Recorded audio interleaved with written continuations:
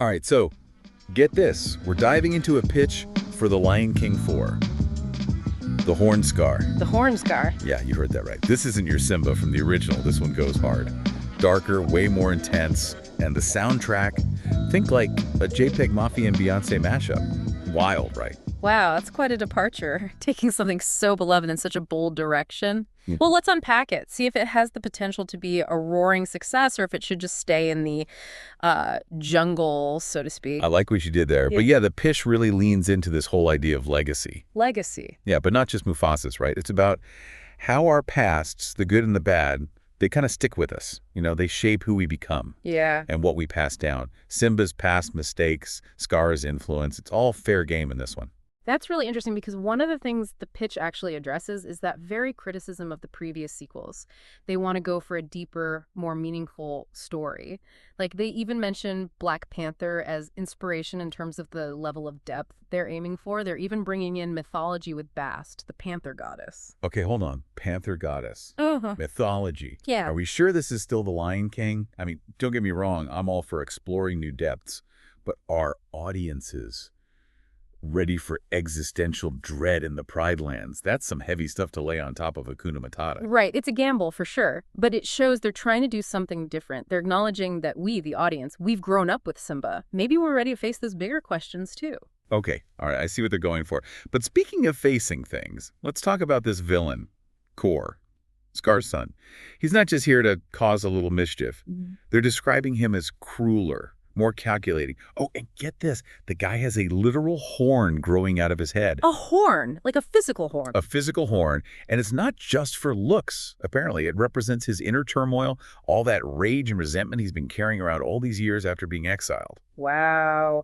So they're really leaning into the visual symbolism here. It sounds like they're going for a darker, more intense feel overall. Oh yeah, and the music they're suggesting. JPEG Mafia, Suicide Boys, talk about a departure from Be Prepared. Wow. That's No. different. Definitely signals a different vibe for sure. Right? It's a bold choice.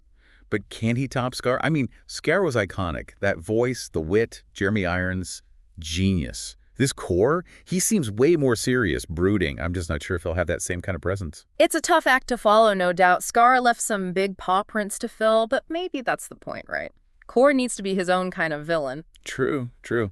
And speaking of journeys, Simba's in for a wild ride too. He's not that carefree young lion anymore. Now he's facing middle age, a kingdom in turmoil, and maybe even a midlife crisis. This is Rocky the Third Simba, not Hakuna Matata Simba. Rocky the Third Simba. You heard me. I never thought I'd hear those two things in the same sentence. What, is he going to go train with a talking turtle? Funnier than you think. They're bringing in Tarzan. Tarzan. Wait, what? Yep, Tarzan. To train Simba. Okay, I did not see that coming.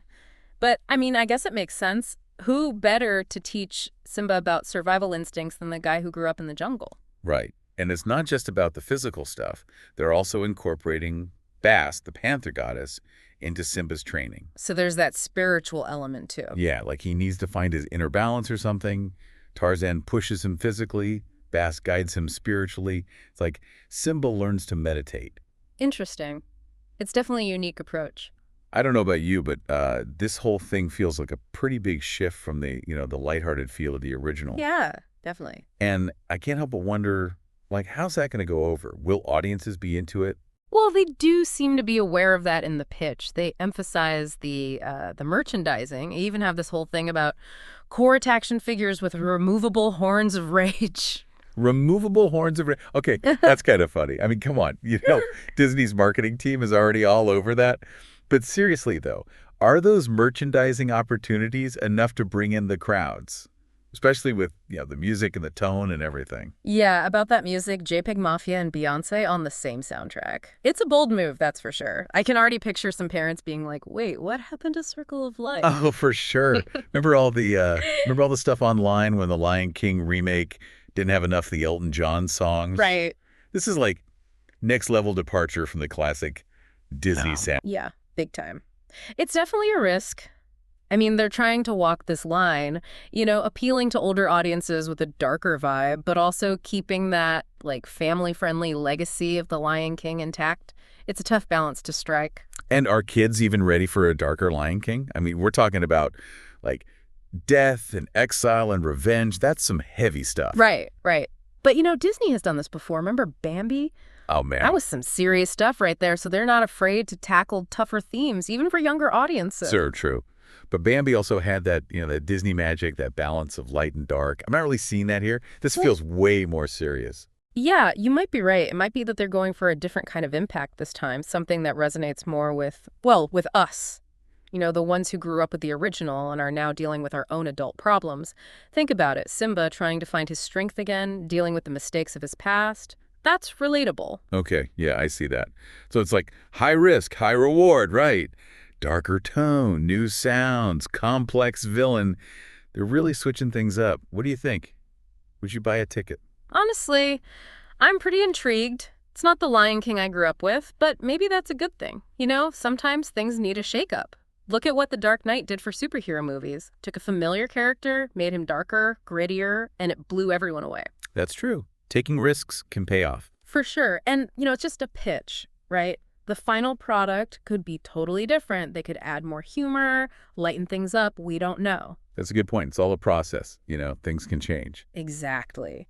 But for now, I think we got to give them props for the ambition, right? I mean, they could have just played it safe, tried to recapture the magic of the original, but they're not doing that. They want to create something new, something that speaks to a new generation.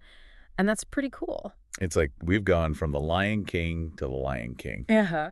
The Thinker Edition. Yeah, exactly. Deep thoughts in the Pride Lands. Who would have thought? Right. But there's this whole other part of the pitch we haven't even touched on yet. Simba's kids. Oh, yeah. What about them? They're there, mentioned, in passing, but not really front and center. That is interesting. Especially with all this talk about legacy and the past impacting the present. You've got the next generation right there, growing up with all this baggage. And it's got to be a lot, right? I mean, imagine being Simba's kid. Your dad's this legendary king, but he's also got all this stuff from Scar, from ruling a kingdom that's constantly under threat. How do you even process that? It makes you wonder, what are they learning from him? Are they ready to face all that darkness, the violence, the circle of revenge and all that? That's a heavy load to lay on a young cub, for sure. It's like, can they break free from that cycle? Can they create their own path? Big questions, right? Like, what does the future even hold for the Pride Lands with all this going on? Will they rise to the occasion or just get swallowed up by the darkness? Man, when you lay it out like that, it's kind of bleak. But I got to say, even with all the risks, and we've gone through a lot of them, this pitch, it's got something special. I'm with you. It's definitely not playing it safe. They're going for it, taking this beloved story to a whole new level. It's ambitious, for sure. It's thought-provoking, Whether this movie gets made or not, it's got people talking, taking a second look at this classic through a different lens. Totally. Maybe that's exactly what The Lion King needs right now. A fresh take, something to get people thinking and talking. All right, so there you have it. The Lion King 4. The Horned Scar. Dark, daring, and maybe just a little bit crazy. Who knows? Maybe genius. Maybe. Will it be a box office smash? Yeah. Or crash and burn? Time will tell.